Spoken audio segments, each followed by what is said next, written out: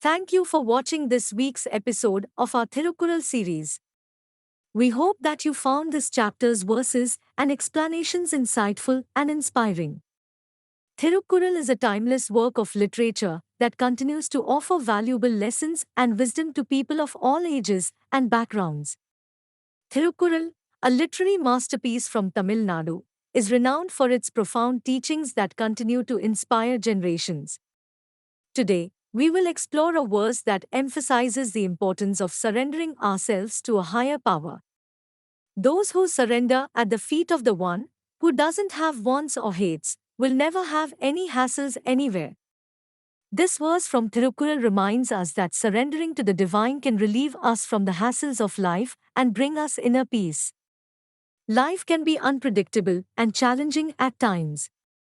We may face various hassles such as financial troubles, health issues, or personal problems that can cause stress and anxiety.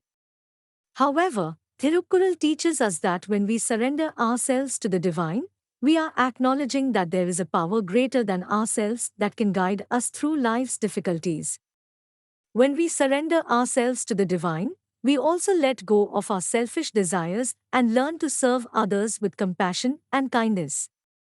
By helping those in need, we can find a sense of purpose and meaning in life.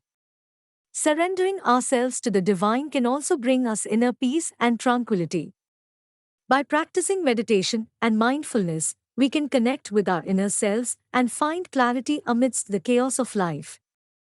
The verse, "Those who surrender at the feet of the one who doesn't have wants or hates will never have any hassles anywhere," reminds us that surrendering to the divine can relieve us from the stresses of life and bring us everlasting peace.